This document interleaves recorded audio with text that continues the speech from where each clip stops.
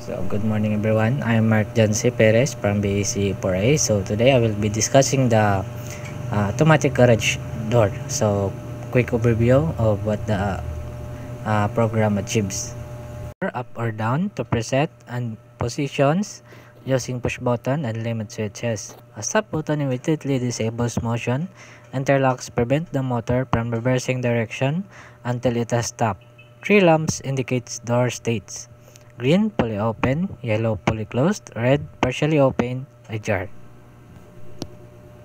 So we have first we have network 1 stop run enable x2 is normally closed. When stop error is normal, x2 evaluates true and MO equals 1. So if stop is pressed, x2 goes false and M0 resets. So M0 is the global enable used by the up and down latches. Pressing stop immediately removes permission to run and clears motion commands. So network 2 up command latch. First line, if run enable MO is true, up button XO is pressed and up limit switch X3 is not active, door not already fully open. So set M1. So second line is self-holding contact, keeps M1 set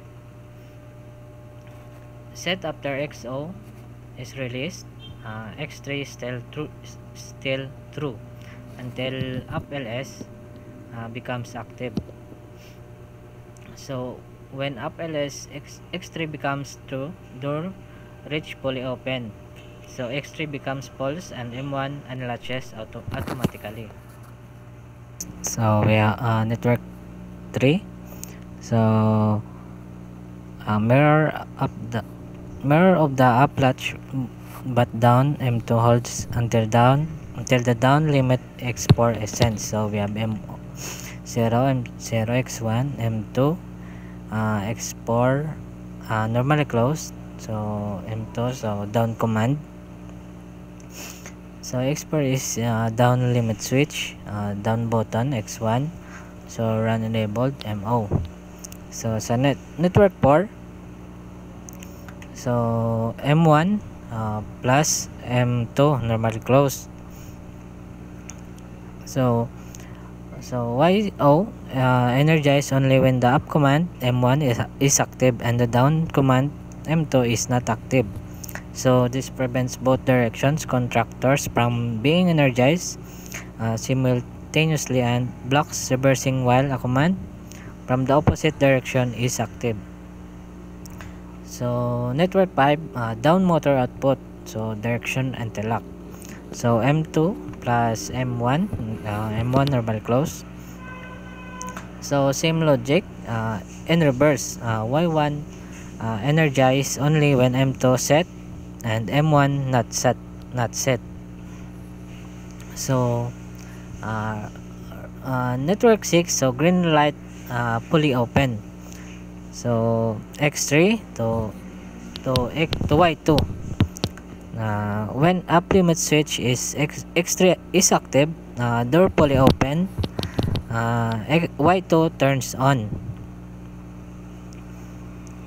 So network 7 yellow light fully closed, X4 plus Y1 Y3 yellow closed. So when down limit switch X4 is active, door fully closed and Y3 turns on. So network 8 red light door ajar. So when neither limit is active, door is between fully closed and fully open. Red lamp Y4 is on. So before we start operating, so ensure the PLC is on and run mode. So first let's check. So the green is open, so door fully open. So yellow on, door fully closed. So red on, door somewhere in the middle. So first, how to move the door up. So we have to press XO with the on. So the up command, motor up.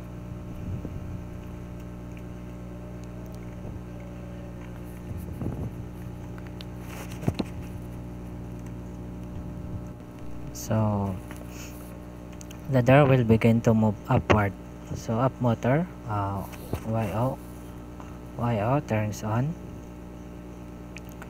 So the door continues moving automatically until up limit switch, X3 activates. So door stops. So green light Y2 turns on. So fully open.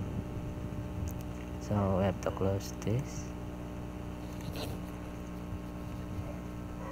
So next is how to move the door down.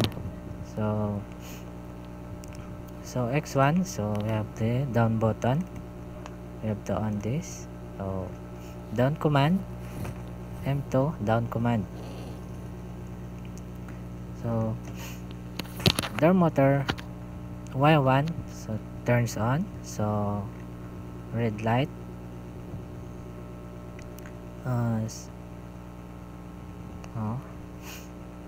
so the door moves automatically until down limit switch, X4 activates. So door stop, yellow light turns on, fully closed. So we have to release this. So it has to be off.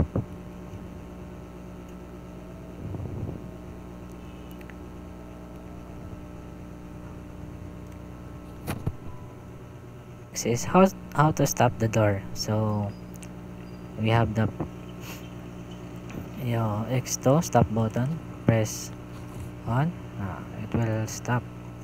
So motor stops immediately, but up and down commands are cancelled. So door will not move again until stop is released. So to resume controlling the door, release stop button, press done. Okay, run enabled.